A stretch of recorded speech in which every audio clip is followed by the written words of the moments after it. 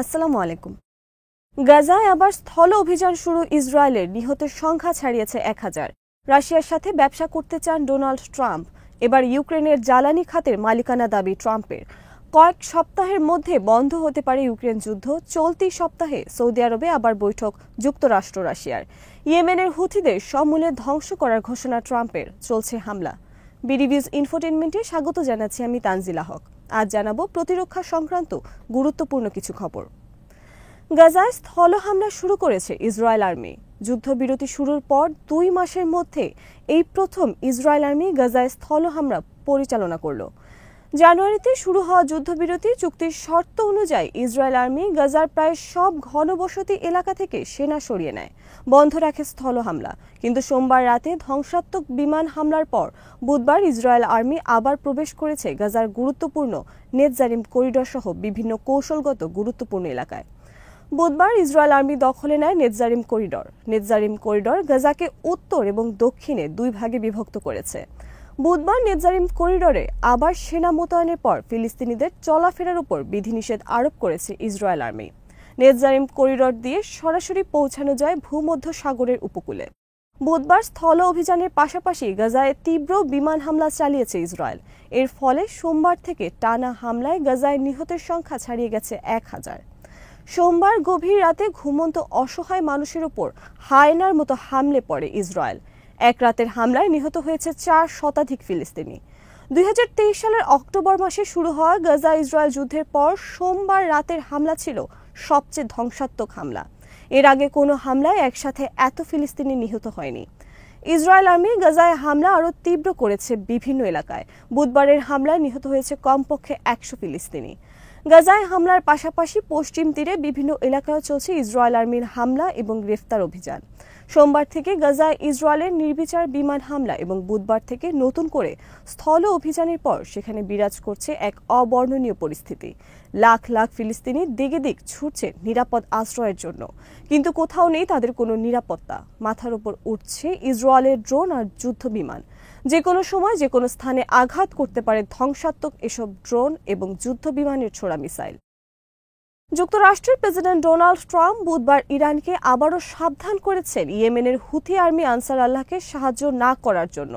Trump বলেছেন তিনি ইয়েমেনের হুথি বাহিনীকে নিশ্চিহ্ন করে দেবেন। বুধবারও যুক্তরাষ্ট্র বিমান হামলা চালিয়েছে ইয়েমেনের রাজধানী সানায়। হামলার পর ট্রাম্প ট্রুথ সোশ্যাল সামাজিক মাধ্যমে লিখেছেন, হুথি বর্বরদের প্রচণ্ড ক্ষতি হয়েছে আর এভাবে তাদের ক্ষতি হতেই থাকবে। আর এটা কোনো সমান শক্তির যুদ্ধও নয় এবং ন্যায্য যুদ্ধও হবে না। তাদের আমরা সম্পূর্ণরূপে উচ্ছেদ করে ছাড়ব। ইয়েমেনে হামলা শুরুর পর ডোনাল্ড ট্রাম্প ইরানকে উদ্দেশ্য করে বলেছেন, ইয়েমেনের হুথিরা যদি আর একটি গুলি ছোড়ে তাহলে সেটাকে তিনি যুক্তরাষ্ট্রের বিরুদ্ধে ইরানের গুলি হিসেবে আখ্যায়িত করবেন। আর এক্ষেত্রে যুক্তরাষ্ট্রের হামলা কেবল ইয়েমেনের মধ্যে সীমাবদ্ধ থাকবে না। তবে ট্রাম্পের এই হুঁশিয়ারির পরও ইয়েমেনের হুথি আর্মি হামলা চালিয়েছে লোহিত সাগরে যুক্তরাষ্ট্রের বিমানবাহী রণতরী লক্ষ্য করে। গত শনিবার থেকে যুক্তরাষ্ট্র টানা হামলা চালিয়ে আসছে ইয়েমেনে। যুক্তরাষ্ট্রের সাথে এই হামলায় অংশ নিয়েছে তাদের তল্পি বাহক দেশ ব্রিটেন। ব্রিটেন ইয়েমেনের বিরুদ্ধে হামলায় অংশ নিয়েছে ইসরায়েলের স্বার্থ রক্ষায়। অপরদিকে আবার তারা গাজায় ইসরায়েলের সোমবারের হামলারও নিন্দা করছে। এই হলো তাদের প্রকাশ্যে দ্বিমুখী নীতি। একদিকে তারা ইসরায়েলকে সহায়তা করছে, অপরদিকে আবার নিন্দাও করছে। এদিকে যুদ্ধবিরতি বাতিল করে গাজায় হামলার প্রতিবাদে নেতানিয়াহুর বিরুদ্ধে তীব্র বিক্ষোভ ছড়িয়ে পড়েছে গোটা ইসরায়েল জুড়ে। সিএনএন সহ বিভিন্ন গণমাধ্যমের খবরে বলা হয়েছে, গোটা ইসরায়েল এখন 2 ভাগে বিভক্ত হয়ে পড়েছে। একদিকে উগ্রপন্থী ইসরায়েলি, অপরদিকে তাদের বিরোধী ইহুদি। নেতানিয়াহুর বিরুদ্ধে বিক্ষোভরত ইসরায়েলিদের দাবি অবিলম্বে গাজায় হামলা বন্ধ করে জিম্মি ইসরায়েলিদের ফিরিয়ে আনার ব্যবস্থা করা হোক। এবার রাশিয়ায় ব্যবসা করতে চান ডোনাল্ড ট্রাম্প। মঙ্গলবার ফক্স নিউজকে দেওয়া এক সাক্ষাৎকারে ডোনাল্ড ট্রাম্প বলেছেন, রাশিয়ার অনেক কিছু আছে আমাদের দেয়ার মতো। তাদের আছে বিপুল পরিমাণ রেয়ার আর্থ, সেখানে আছে বিশ্বের সবচেয়ে বড় রিয়েল এস্টেট ব্যবসার সুযোগ। তাদের অনেক কিছু আছে যা আমরা কাজে লাগাতে পারবো। মঙ্গলবার ডোনাল্ড ট্রাম্প 2 ঘন্টা ধরে টেলিফোন আলাপ করেছেন প্রেসিডেন্ট ভ্লাদিমির পুতিনের সাথে। এরপর তিনি ফক্স নিউজকে দেওয়া এক সাক্ষাৎকারে রাশিয়ার সাথে ব্যবসা বিষয়ক এ কথা বলেন ট্রাম্প।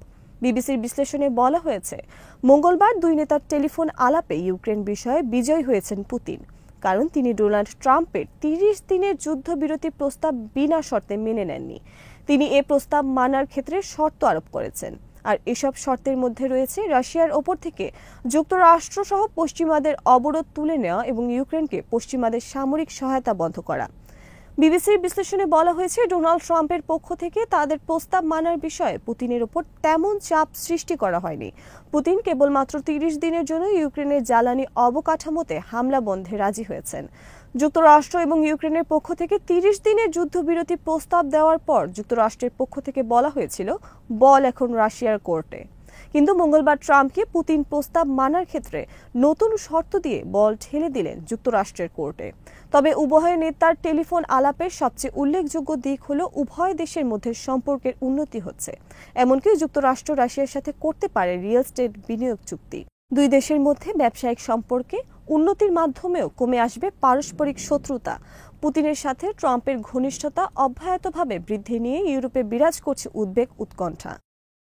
ইউক্রেনের জ্বালানি খাতের মালিকানা চেয়েছেন যুক্তরাষ্ট্রের প্রেসিডেন্ট ডোনাল্ড ট্রাম্প। বুধবার ইউক্রেন প্রেসিডেন্ট ভলোদিমির জেলেনস্কির সাথে টেলিফোন আলাপের সময় ট্রাম্প এ মালিকানা দাবি করেন। জেলেনস্কির সাথে টেলিফোন আলাপের কিছুক্ষণ পরই যুক্তরাষ্ট্রের জাতীয় নিরাপত্তা উপদেষ্টা মাইক ওয়ালস ও পররাষ্ট্রমন্ত্রী মার্কো রুবিও এক বিবৃতিতে এ তথ্য প্রকাশ করেন। বিবৃতিতে তারা বলেছেন, ইউক্রেনের পারমাণবিক বিদ্যুৎ কেন্দ্র সহ সমস্ত বিদ্যুৎ উৎপাদন কেন্দ্র ও জ্বালানি খাতের মালিকানা দাবি করা হয়েছে। ট্রাম্প জেলেনস্কিকে বলেছেন, এটি হবে ইউক্রেনের জ্বালানি খাতের সবচেয়ে ভালো নিরাপত্তা। যুক্তরাষ্ট্রের মালিকানায় সবচেয়ে ভালো থাকবে ইউক্রেনের জ্বালানি খাত। বুধবার ট্রাম্প জেলেনস্কি টেলিফোন আলাপের পর জেলেনস্কিও রাজি হয়েছেন রাশিয়ার অভ্যন্তরে জ্বালানি অবকাঠামো লক্ষ্য করে হামলা পরিচালনা বন্ধ রাখার বিষয়ে। ট্রাম্প বলেছেন, জেলেনস্কির সাথে তার ভালো আলোচনা হয়েছে। এর আগে যুক্তরাষ্ট্র ইউক্রেনের রেয়ার আর্থ সহ মূল্যবান বিভিন্ন খনিজ সম্পদের মালিকানা দাবি করেন। এ নিয়ে দুই দেশের মধ্যে তীব্র উত্তেজনার পর অবশেষে জেলেনস্কি রাজি হয়েছেন যুক্তরাষ্ট্রের সাথে চুক্তি করতে। ইউক্রেনে রয়েছে ইউরোপের সবচেয়ে বড় পারমাণবিক বিদ্যুৎ উৎপাদন কেন্দ্র। এটি জাপোরিজিয়ায় অবস্থিত। দৈনিক এর বিদ্যুৎ উৎপাদন ক্ষমতা 5700 মেগাওয়াট। তবে বিশ্বের অন্যতম বৃহৎ এই কেন্দ্রটি 2022 সাল থেকে রাশিয়ার দখলে। সোভিয়েত আমলেই রাশিয়া এই বিদ্যুৎ কেন্দ্রটি নির্মাণ করেছিল। ইউক্রেনে অভিযানের শুরুতেই গুরুত্বপূর্ণ এই বিদ্যুৎ কেন্দ্রটি দখলে নেয় রাশিয়া। এরপর কেন্দ্রটি ধ্বংসের জন্য ইউক্রেন অনেকবার হামলা চালিয়েছে এই কেন্দ্রে। তবে রাশিয়া প্রতিহত করে চলেছে ইউক্রেনের হামলা। কেন্দ্রটির নিরাপত্তা নিয়ে বড় ধরনের উদ্বেগ বিরাজ করছে যুদ্ধের শুরু থেকে। এদিকে ইউক্রেন যুদ্ধ বন্ধের লক্ষ্যে যুক্তরাষ্ট্র রাশিয়া চলতি সপ্তাহে আবার বৈঠকে বসতে যাচ্ছে সৌদি আরবে। ডোনাল্ড ট্রাম্পের মধ্যপ্রাচ্য বিষয়ক বিশেষ দূত স্টিভ উইটকফ বুধবার ফক্স নিউজকে জানিয়েছেন এ তথ্য। বৈঠকে যুক্তরাষ্ট্রের পক্ষ থেকে অংশ নেবেন জাতীয় নিরাপত্তা উপদেষ্টা মাইক ওয়ালস এবং পররাষ্ট্রমন্ত্রী মার্কো রুবিও। রাশিয়ার পক্ষেও অংশ নেবেন সে দেশের পররাষ্ট্রমন্ত্রী সার্গেই লাভরভ এবং পুতিনের নিরাপত্তা উপদেষ্টা। এর আগে মঙ্গলবার ব্লুমবার্গ টিভিকে দেওয়া এক সাক্ষাৎকারে স্টিভ উইটকফ বলেন, ইউক্রেন যুদ্ধ বিষয়ে ট্রাম্প এবং পুতিন একটি ঐকমত্যে পৌঁছেছেন। গত সপ্তাহের মধ্যে ইউক্রেনের স্থায়ী যুদ্ধবিরতি হতে পারে। আর যুদ্ধবিরতি শুরুর সাথে সাথে রাশিয়ার ওপর থেকে তুলে নেওয়া হবে বেশ কিছু অবরোধ। আজ এখানেই শেষ করছি। সমরাস্ত্র, প্রতিরক্ষা ও কূটনীতির নানা তথ্য জানতে চোখ রাখুন বিডিভিউজ ইনফোটেনমেন্টে। চ্যানেলটি ভালো লাগলে সাবস্ক্রাইব করুন। সংযুক্ত থাকুন আমাদের ফেসবুক পেজে। আল্লাহ হাফেজ।